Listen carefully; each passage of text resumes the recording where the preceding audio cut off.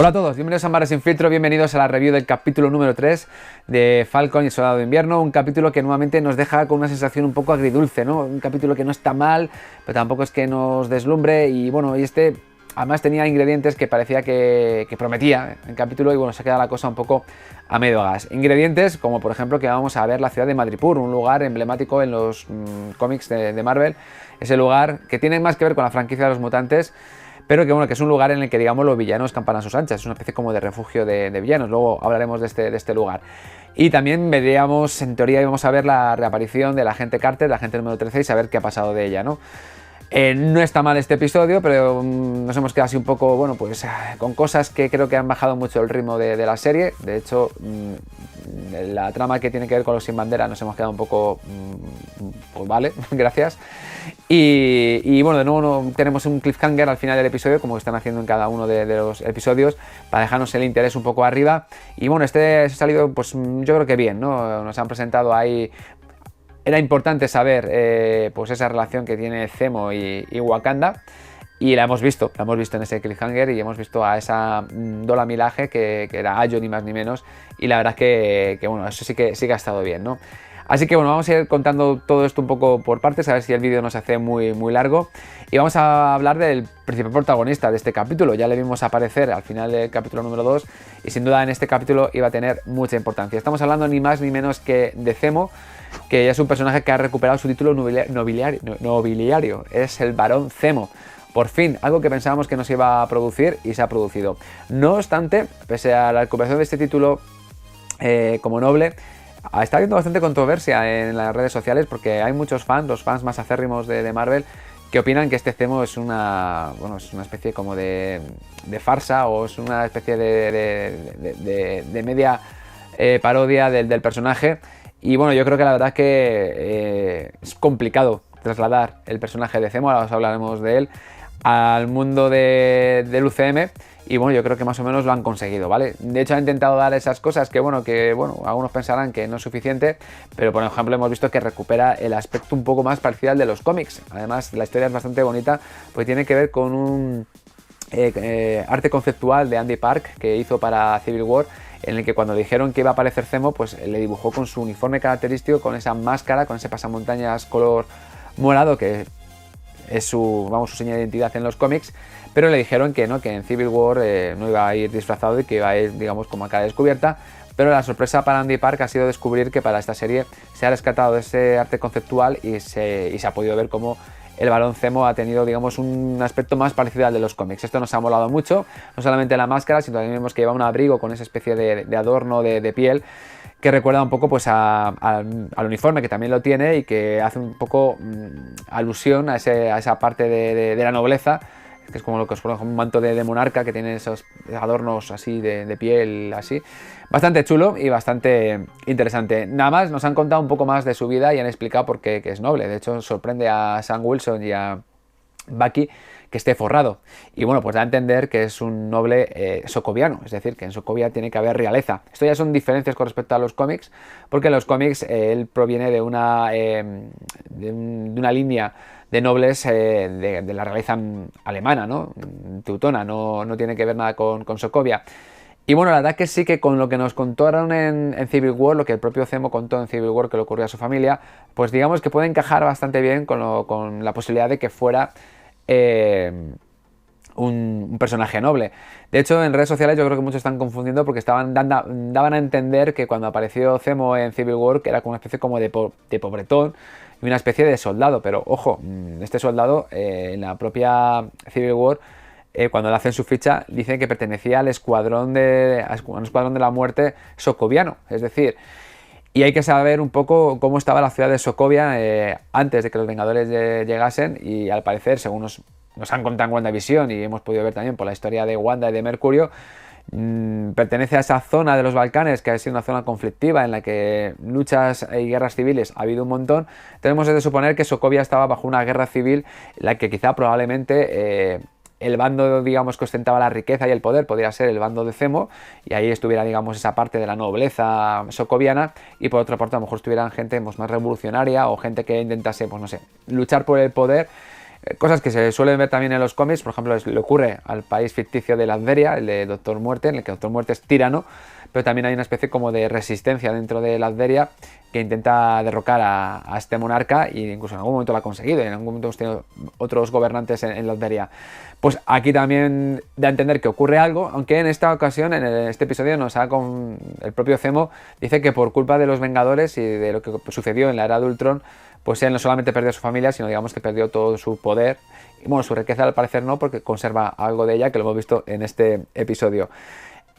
Cosas que no están mal, cosas que casan. Yo creo que como que ahí el guión no ha acertado mucho. Creo que es mucho más fácil pensar que el Barón Zemo vivía en las afueras, es decir, de hecho más eso sí se lo decía en Civil War, que cuando ocurre todo él pensaba que su familia estaba a salvo, lejos de la ciudad, porque imaginamos que viviría, qué sé yo, en sus tierras que tendría afuera, quizá en su castillo que tendría en las afueras. Pero claro, lo comentaba como si estuvieran en una especie como de casa de campo, una humilde casa de campo, ¿no? Lo contabas un poco como si fuera esto Heidi, algo así, estuvieran ahí en las montañas.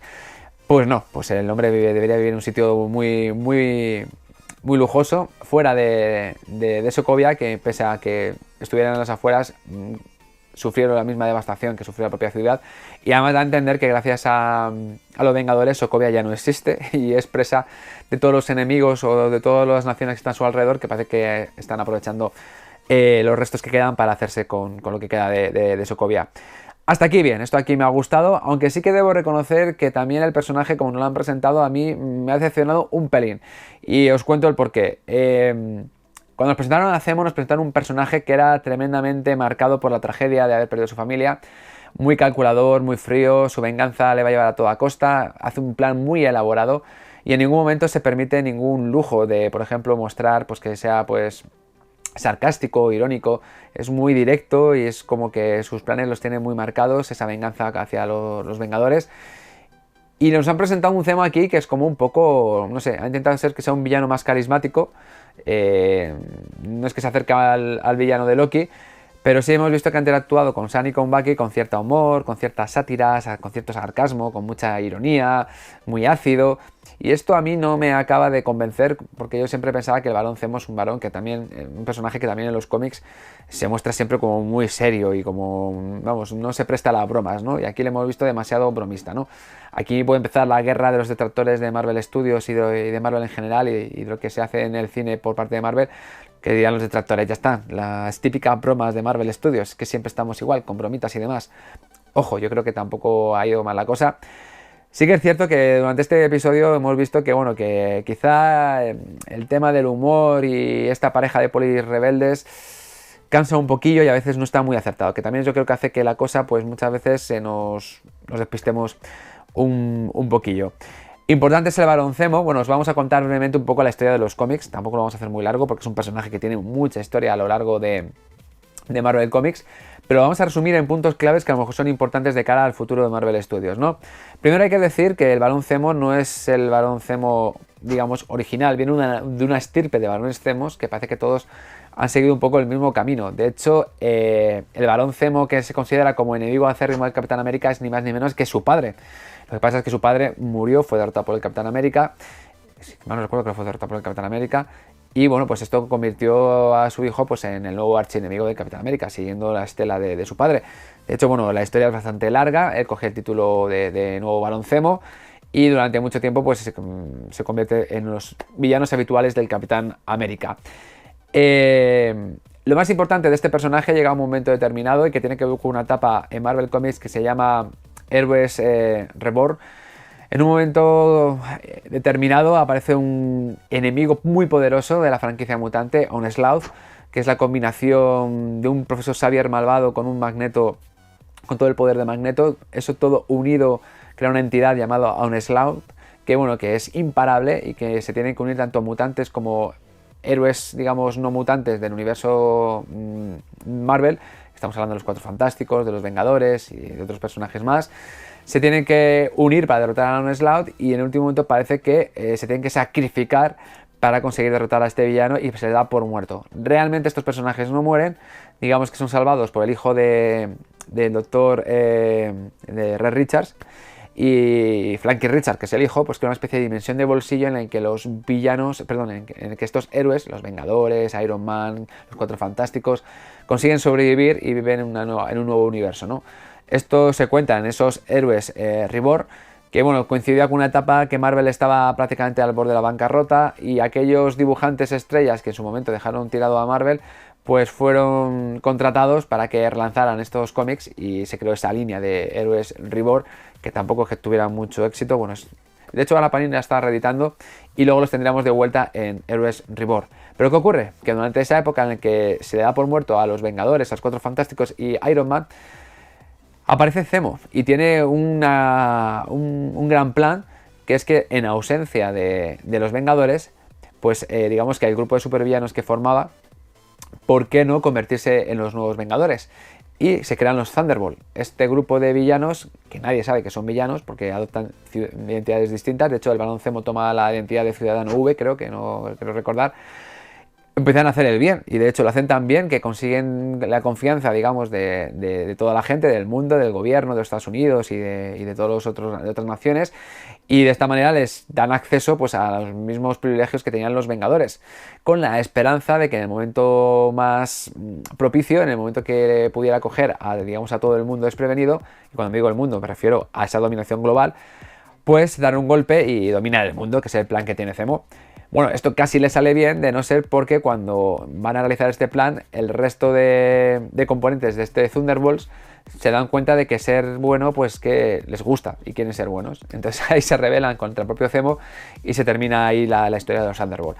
Los Thunderbolts han tenido un montón de historia en los cómics de Marvel, tienen su importancia porque durante mucho tiempo han sido un grupo muy parecido a Escuadrón Suicida, no exactamente lo mismo, pero es un grupo de villanos que se intentan redimir haciendo el bien. O sea, una vez que los Thunderbolts se destapa todo este pastel, veríamos posteriormente otras nuevas reencarnaciones de los Thunderbolts, en los cuales pues, el gobierno de Estados Unidos, diciendo que les puede dar una oportunidad de rebajar condenas a estos villanos, pues que hagan el bien y que actúen. Así que veremos pues, una suerte de Escuadrón Suicida. No es lo mismo, porque el Escuadrón Suicida mola más el tema de que siempre van a misiones suicidas. Esto es un poco más light, pero es importante porque los Thunderbolts han tenido personajes villanos muy importantes en el universo Marvel. Hemos tenido a Norman Osborn, por ejemplo. También creo que Venom ha estado. Bueno, ha habido un montón de distintas alineaciones de Thunderbolt. Y es importante porque Marvel Studios se rumorea que a lo mejor podían adaptar a los Thunderbolts. Y muchos creen que se están estableciendo las primeras piezas, están haciendo los primeros movimientos para que en un futuro podamos tener a los Thunderbolt. De hecho, Zemo podría ser quizá el primer Thunderbolt. Estamos viendo que se está redimiendo y podríamos verle a lo mejor liderando a esos Thunderbolt, ¿no? Lo decimos porque durante este episodio hemos podido ver un personaje de Marvel Comics, no hemos podido ver, sino que más bien Sam Wilson ha adoptado la identidad de un superhéroe que existe, bueno, superhéroe, una especie de superhumano que existe en Marvel Comics, que es ni más ni menos que Tigre Sonriente. Esta referencia, cuando la escuchamos, sabíamos que algo tendría que ver con los cómics y efectivamente, bueno, es un personaje secundario que tampoco ha tenido mucha suerte y ha estado pegándose contra grupos también de segunda categoría de Marvel, por ejemplo con los Nuevos Guerreros, por ejemplo, y digamos que tiene su importancia, o digamos lo nombramos aquí en esta review porque formó parte de los Thunderbolts, así que tendríamos ya otro personaje que existe en el UCM ahora y que por lo tanto pues a lo mejor esta vez no lo que ha hecho Sam Wilson de suplantarle, sino el verdadero Tigre Sonriente, pues a lo mejor le podríamos ver en esos Thunderbolt. Vamos a hablar de más cosas, dejamos a un lado a Zemo, ya hemos visto la presentación, se va a llevar creo que todo el tiempo del vídeo este personaje de Zemo, pero vamos a hablar de otras cosas que nos han gustado, ¿vale? Una de las cosas que dijimos en el review anterior, el capítulo número 2, es que, bueno, se hablaba de un suero de super soldado que daría los poderes al Capitán América de John Walker, que luego más tarde, y supongo que a lo mejor aquí ocurrirá igual, el UCM se convertiría en el US Agent, y también a su sidekick, a su compinche, a ese Battlestar, a ese Lemar Hoskins, creo que es el personaje, que en los cómics tenían superpoderes porque los habían adquirido de una especie como de proyecto superhumano, no es un proyecto super soldado, sino un proyecto superhumano llamado Power Broker, ¿no?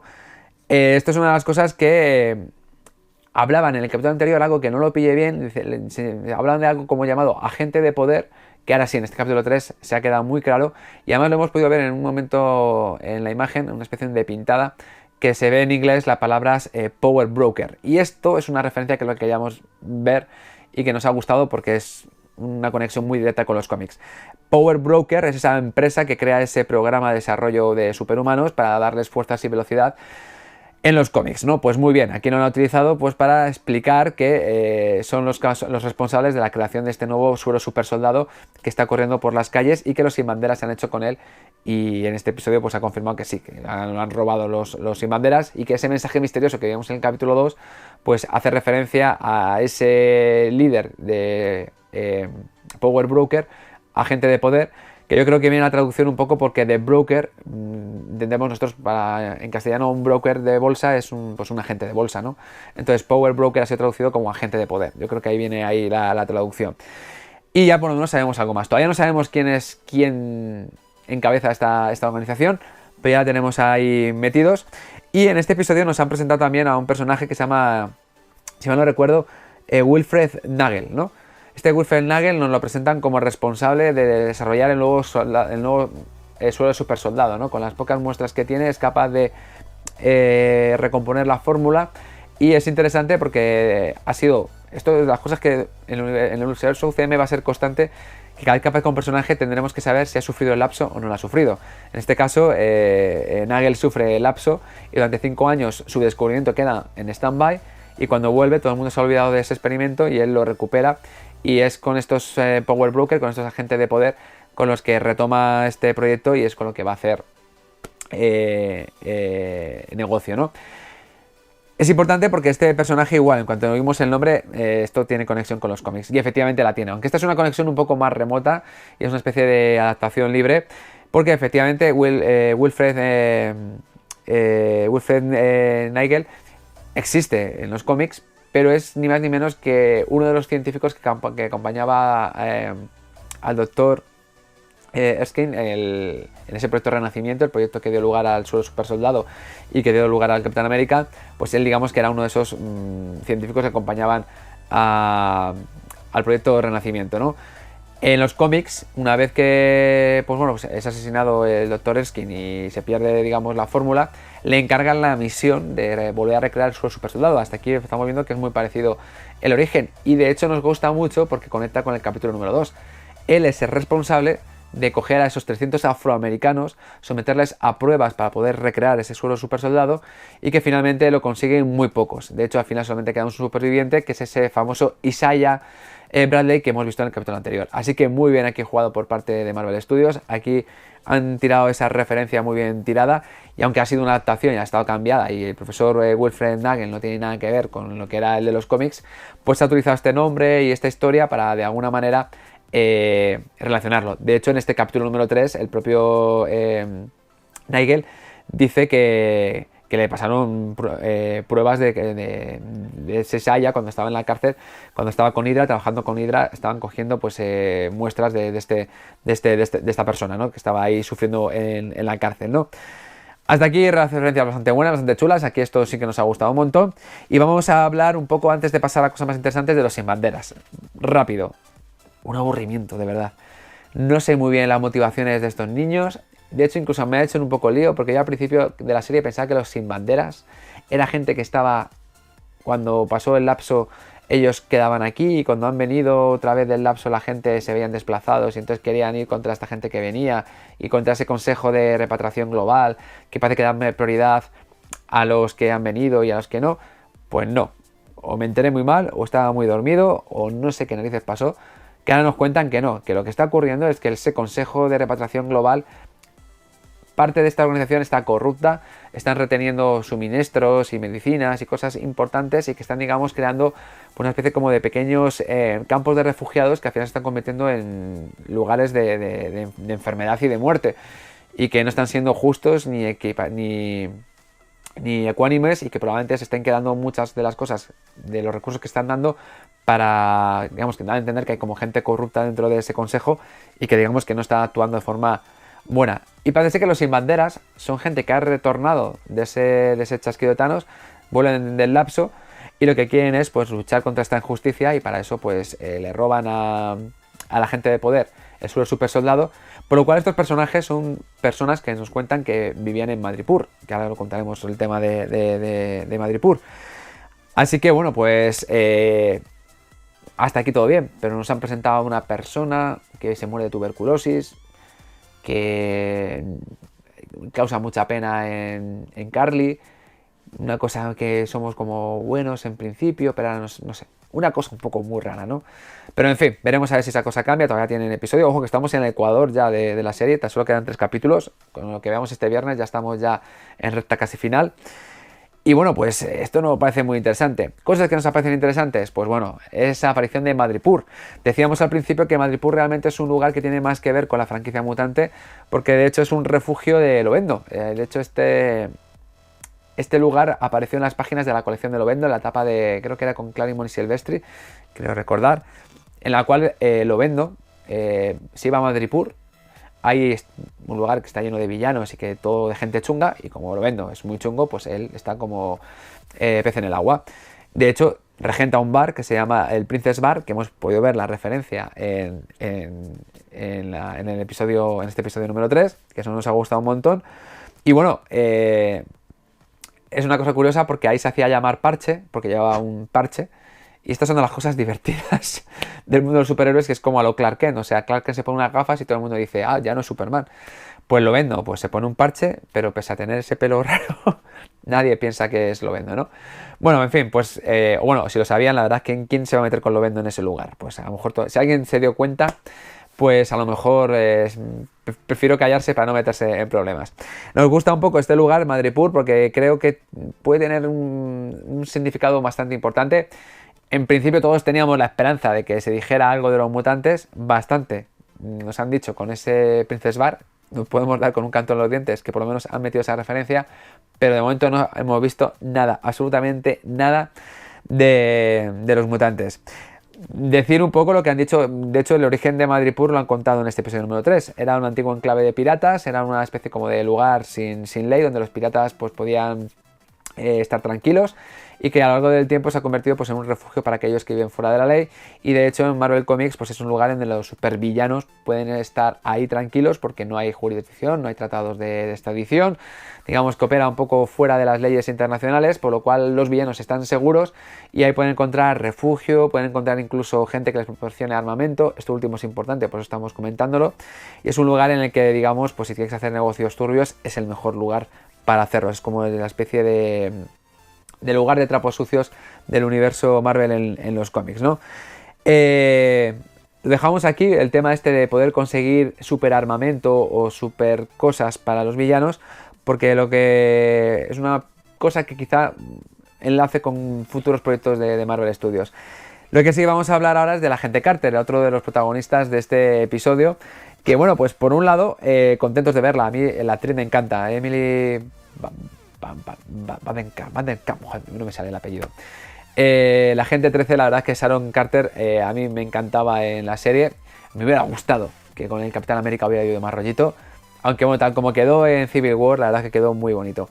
Pues aquí nos sorprende porque nos cuentan que la pobre Sharon Carter se le han dado de lado o de espalda, porque han indultado a todo Quisque, han indultado a Bucky, pero se han olvidado de la Agente Carter, ¿no? Esto es un poco raro, de hecho cuando lo contaron a mí no me ha convencido, ¿no? Me parece un poco extraño que la Agente Carter, por el hecho de haber robado un escudo y las alas de Capitán y del Halcón, y haber colaborado quizá con ellos en esa Civil War, pues como que la consideren una pestada y que no tenga un indulto cuando el Soldado de Invierno ha hecho atrocidades mayores, pero bueno, y tiene un indulto del presidente, no me creo yo qué tal, pero bueno, como SEAL está desmantelada y no hay alguien a lo mejor que responda por ella, pues a lo mejor se queda ahí fuera. Y entonces es obligada a refugiarse en Madripoor, un lugar lleno de villanos donde probablemente ella sería un calamerito muy, muy jugoso y que podrían ir a por ella. Y curiosamente no solamente ha conseguido sobrevivir, sino que ha prosperado, ha medrado, y la vemos que incluso Madripoor se ha dividido en una especie como de ciudad, de la parte alta de la ciudad y la parte baja, pues incluso en esa parte alta vive, tiene recursos y parece que ha prosperado muy bien y que se desenvuelve muy bien. Cuenta que está triste porque no puede ver a su familia, porque no puede salir de la isla, en el momento que pise en la isla pues va a ser capturada. Y bueno, de hecho esto de unos ahí se queda una especie como de trato entre Sam Wilson y el agente Carter de intentar buscar el perdón para ella, y por eso les ofrece su ayuda. De hecho es el ángel salvador. En un momento determinado se meten en un lío un poco ridículo, una escena un poco ridícula. La escena del móvil, la llamada de la hermana de Sam Wilson, no me parece muy afortunada. Incluso comentaba con mucha gente que hasta un pelín larga, ¿no? Esa llamada telefónica. Bien, agente Carter tiene que haber algo más. De hecho parece que al final del episodio iba a desaparecer, pero también ese mismo episodio da a entender que todavía le queda algo, ¿no? Y de hecho la presentación que hemos visto, esa presentación, esa despedida que tiene, nos ha dejado un poco... Aquí hay algo más sospechoso. Y aquí es donde vamos a unir el tema de Madripoor. ¿Por qué Marvel Studios ha cogido Madripoor? ¿Por qué ya lo ha presentado? ¿Por qué la gente Carter está en esta situación tan peculiar? Y esa conversación tan extraña. Por un lado, en redes sociales están comentando que quien quizá esté detrás de esa agente de poder, de ese Power Broker, sea la propia Sharon Carter. Y no estaría nada mal, porque la agente Carter ha estado... ha pertenecido a S.H.I.E.L.D. y obviamente pues ha tenido acceso a mucho material sensible, e incluso que podría haber incluso conseguido pues mucha información necesaria para seguir con el trabajo del suelo super soldado. Así que por una parte sí que tiene bastante sentido y sí que podría enganchar. Pero aquí nosotros vamos a subir la apuesta y nos vamos a arriesgar, ¿no? Vamos a intentar ser un poco la pitonisa Lola y vamos a ir un poco más allá del futuro de Marvel Studios, quizá para el final de esta fase 4, quizá para la fase 5, no, mejor, para esta fase 4, porque en esta fase 4 está confirmado algo que es ni más ni menos que Secret Invasion. No sé, a mí me da la sensación de que la agente Carter podría ser la primera Skrull infiltrada. ¿Qué os parece?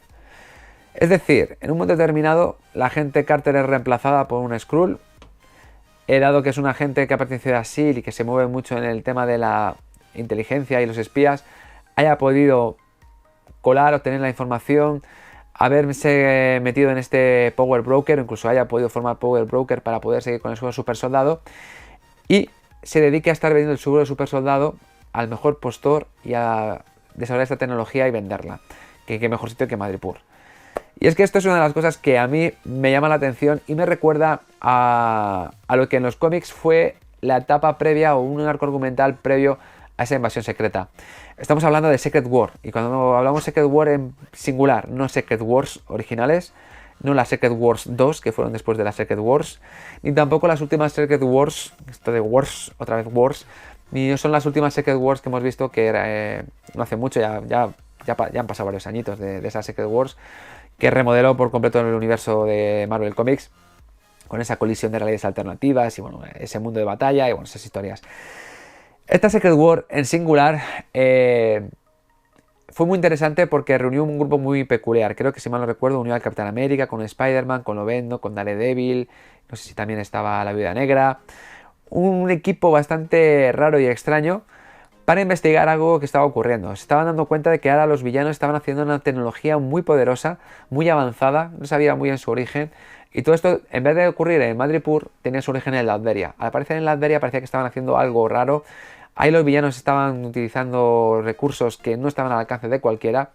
Y esto se da en esta arco argumental la primera pista de lo que Nick Fury estaba sospechando, que es que había una invasión secreta de Skrulls, ¿no? Esto fue la primera pieza que se estableció y que luego, no sé, ahí no se llegó a decir que había una invasión de Skrulls, pero luego cuando se reveló esa Secret Invasion, de hecho os recomiendo que leáis esta miniserie de Secret War, cuando se lee Secret Invasion y empiezas a ir atrás en los cómics, Bendis, que fue el que parió un poco esta idea de Secret Invasion, iba dejando pistas, y en esta Secret War dejó las primeras pistas, en otras colecciones y en otras historias fue dejando más pistas, y luego cuando se reveló todo, Bendis nos pidió a todos que fuésemos atrás en el tiempo, que volviéramos a leer estos cómics y que veríamos cómo la invasión secreta se va gestando desde hace mucho tiempo, ¿no?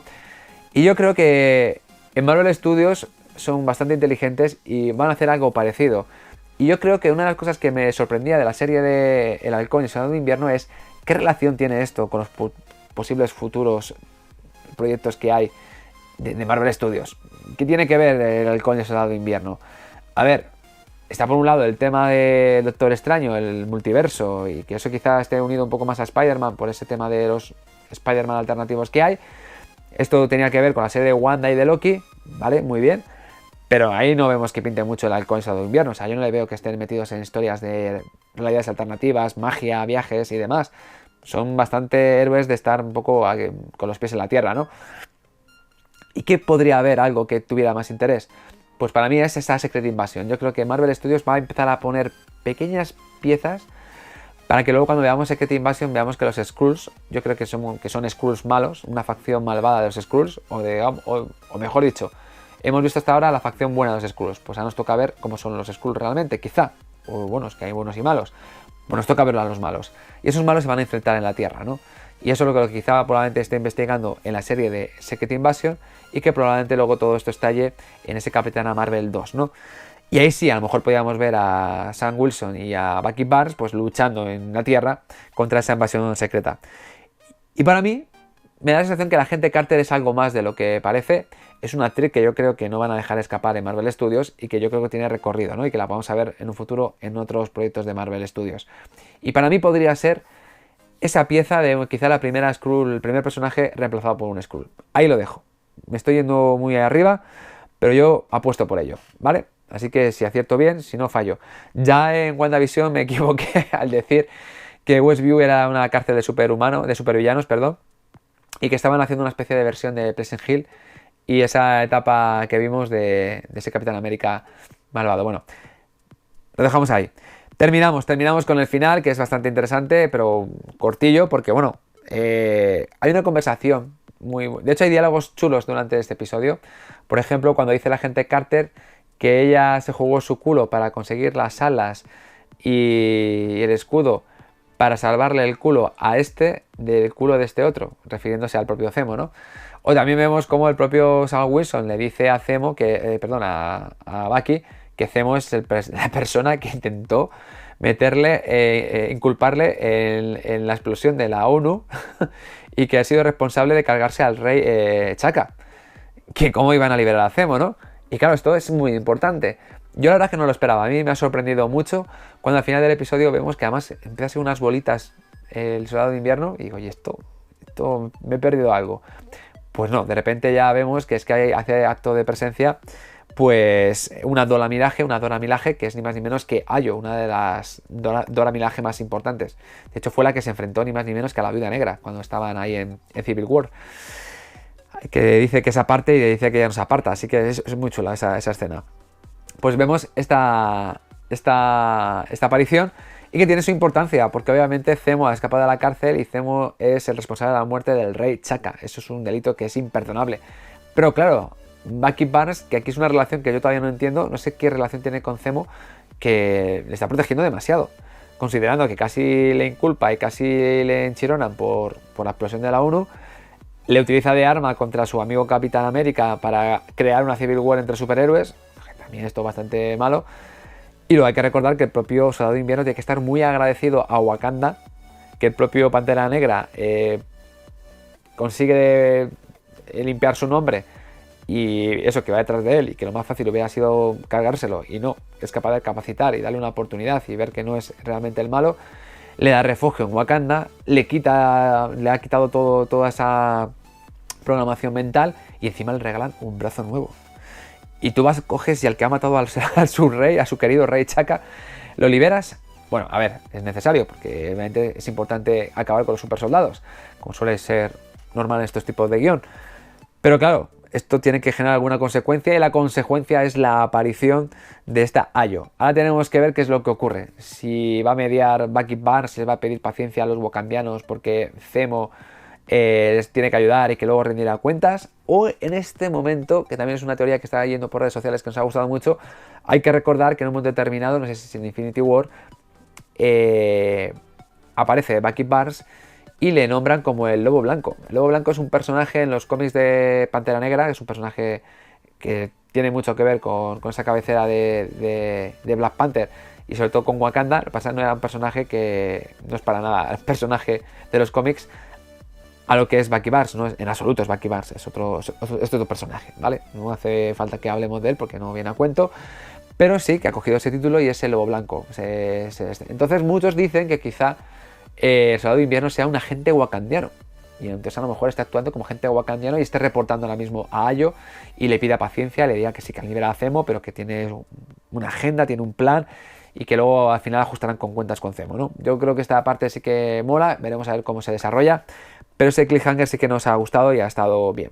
Así que nada, poco más de este episodio número 3. Cosas chulas que hemos visto, ese Madripoor, esta teoría nuestra de quizás los primeros pasos de la invasión secreta estén ya en el UCM. Bueno, Zemo, pues bueno, veremos a ver cómo este personaje se va desarrollando y veremos un poco más la trama. Mola también saber quién es agente de poder, quién está detrás de esa organización y ver la gente Carter qué es lo que realmente está tramando. Así que muchas cosas interesantes, la verdad es que van abriendo historias y tramas, quedan 3 capítulos por ver, por lo cual ya tienen yo creo que en el capítulo 4 cerrar. Nos prometen que en el episodio 5 hay un cameo espectacular, pero al parecer nadie les está creyendo, pero esto ha sido una reacción en todos lados por igual. Nadie se cree que en el episodio 5 haya un cameo que nos rompa los esquemas. Así que lo siento mucho, señores de Marvel Studios, pero ahí creo que es el guionista o el director de la serie lo ha dicho que en el episodio 5 vais a tener un cameo que lo vais a flipar. Y te hemos dicho... Así que mal asunto. Pero bueno, de momento la cosa va bien y yo sigo insistiendo, esta serie tiene que tener un objetivo, tiene que servir para ir creando más historias y la única que se me ocurre es esa invasión secreta. Así que sin más, lo dejamos aquí. Como siempre, pediros un like para el vídeo, como siempre, pediros que os suscribáis al canal si no estáis suscritos, que activéis la campana de notificaciones para que cuando subamos un vídeo nuevo sepáis que lo hemos hecho. Y como siempre, nuestras redes sociales a vuestra disposición para que, bueno, pues si queréis contactarnos por Twitter, Instagram, Facebook o por correo electrónico, pues ahí nos tenéis. Así que sin más, nos vemos en la siguiente review, capítulo 4. Así que poco queda para que esta serie termine. Por cierto, tráiler de Loki impresionante. Ahí estamos contentos. Así que un poco de paciencia, que creo que es en mayo, ¿no? Creo cuando llega la de Loki. Tendremos que esperar para esta pedazo de serie, que esta también sí que promete mucho. Nos vemos en el siguiente vídeo. Un saludo.